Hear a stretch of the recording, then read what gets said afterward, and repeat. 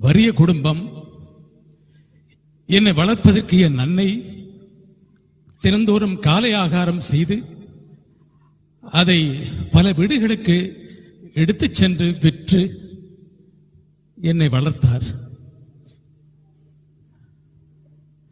அந்த அரிய பருவத்திலேயே வானொலி நிலையத்துக்கு செல்லக்கூடிய ஒரு வாய்ப்பு தற்செயலாக வந்தது.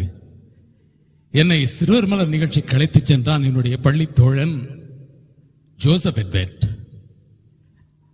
அப்பொழுதெல்லாம் அந்த நிகழ்ச்சிகள் நேரடி ஒலிபரப்பு, ஒரு பிழை கூட விட முடியாது.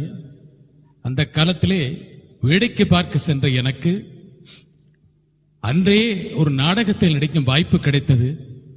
அந்த வாய்ப்பினை எனக்கு தாரை பார்த்து கொடுத்தவன் இன்று இந்த மேடைக்கு வர முடியாமல் நோய்வாய்ப்பட்டு